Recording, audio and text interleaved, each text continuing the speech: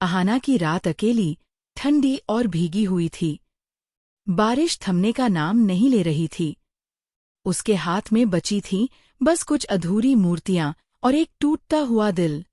सड़क किनारे बेंच पर बैठी वह पूरी तरह थकी, भूखी और टूटी हुई थी। एक पल दुनिया घूमी और वह जमीन पर गिर पड़ी। मूर्तियां बिखर गईं। वह खुद भी बिखर चुकी थी। राहगीरों ने देखा, रुके, पानी पिलाया, मदद की। लेकिन अहाना बेहोश रही। कुछ लोग उसे उठाकर सरकारी अस्पताल ले गए। नर्सों ने तुरंत इमरजेंसी में लिया। फोन खराब था, कोई पहचान नहीं। डॉक्टरों को भी नहीं पता था कि वह कौन है। कई टेस्ट हुए। जैसे ही अहाना की आँख खुली, डॉक्टर मुस्कुराए और बोले, बधाई हो, आप मां बनने वाली हैं। यह सुनते ही अहाना के अंदर कुछ टूटा और कुछ नया भी जन्म लिया। अर्जुन का चेहरा उसके सामने घूमने लगा। जिसने उसे घर से निकाला वही उसका बच्चे का पिता था। खुशी, दर्द, सदमा सब एक साथ उसके दिल में उमड़ पड़े। हवेली में बेचैनी का आलम। अर्जुन सोच रहा था, क्या मैंने ज्यादा कह दिया? ठकुराइन जी खुश थीं।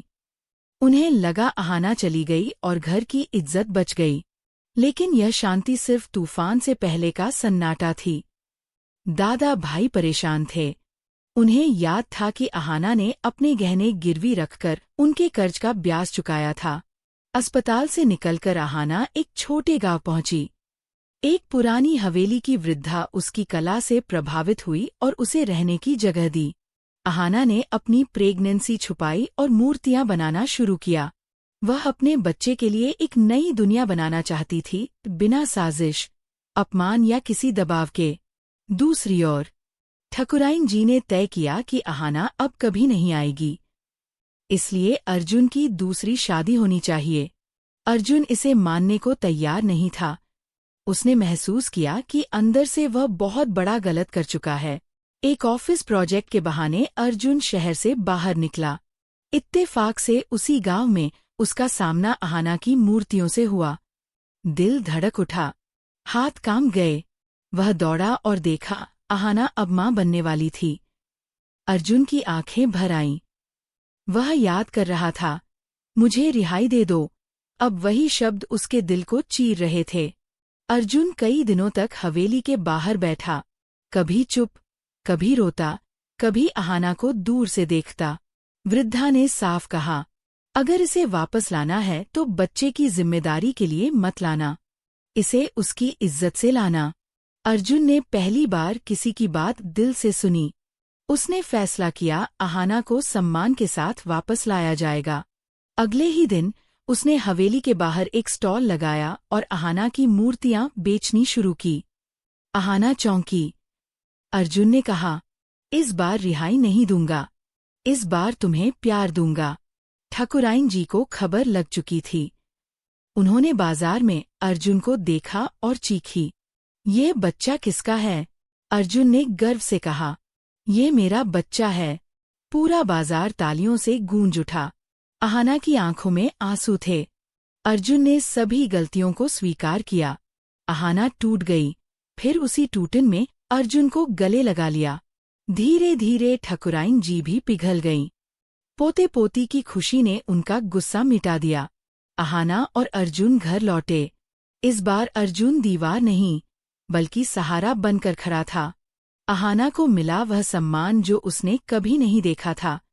अहाना अब सिर्फ छोटी बहू नहीं थी, वह बड़े घर की सबसे बड़ी ताकत बन चुकी थी। उसकी प्रेगनेंसी सिर्फ ट्विस्ट नहीं थी, यह नया जीवन, पूरे परिवार को जोड़ने वाली कड़ी बन गई। दर्द से शुरू हुई कहानी खुशी पर खत्म हुई। ये दिखाती है कि कभी कभी सबसे गहरे जख्म सबसे खूबसूरत चमत्कार बन जाते हैं। तो दोस्तों, आपका क्या मानना है? क्या अर्जुन का पछतावा सच्चा है?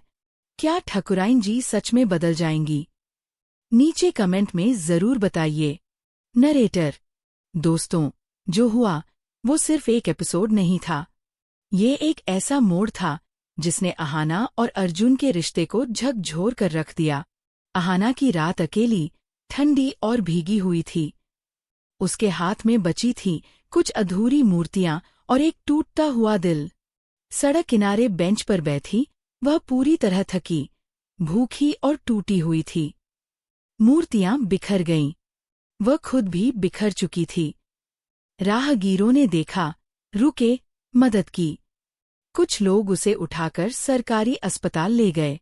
साउंड, डॉक्टर का क्लिनिकल टोन। बधाई हो, आप मां बनने वाली हैं। अहाना के अंदर एक अजीब सा एहसास पैदा हुआ, दर्द और खुशी का मिश्रण। उसके सामने अर्जुन की यादें घूम रही थीं। जिसने उसे घर से निकाला, वही अब उसके बच्चे का पिता था। कट। हवेली में अर्जुन का कमरे में अकेला बैठना। अर्जुन सोच रहा था, क्या मैंने ज्यादा कह दिया? ठकुराइन जी खुश थीं। उन्होंने सोचा कि अहाना चली गई और घर की इज्जत बच गई।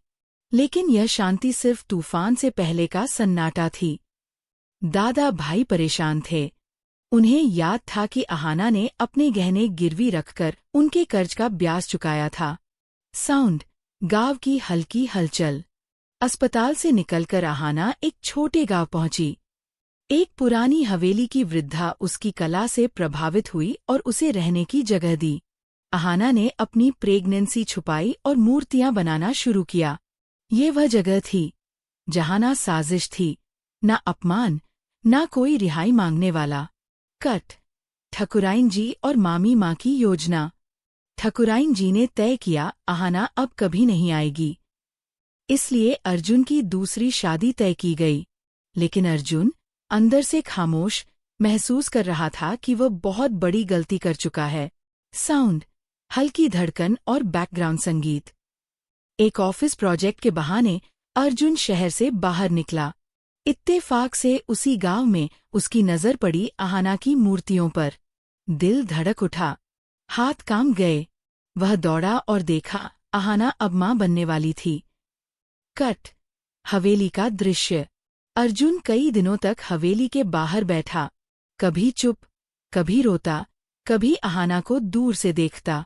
वृद्धा ने साफ कहा, अगर इसे वापस लाना है तो बच्चे की जिम्मेदारी के लिए मत लाना, इसे उसकी इज्जत से लाना। अर्जुन ने पहली बार किसी की बात दिल से सुनी। उसने तय किया, अहाना को सम्मान के साथ वापस लाना है। कट। बाजार का दृश्य। अगले ही दिन अर्जुन ने हवेली के बाहर एक स्टॉल लगाया और अहाना की मूर्तियां बेचनी शुरू की। अहाना चौंकी।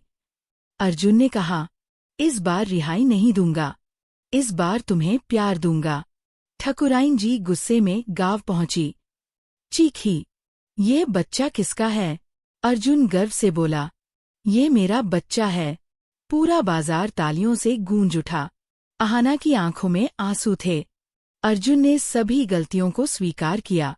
अहाना टूट गई, फिर उसी टूटन में अर्जुन को गले लगा लिया।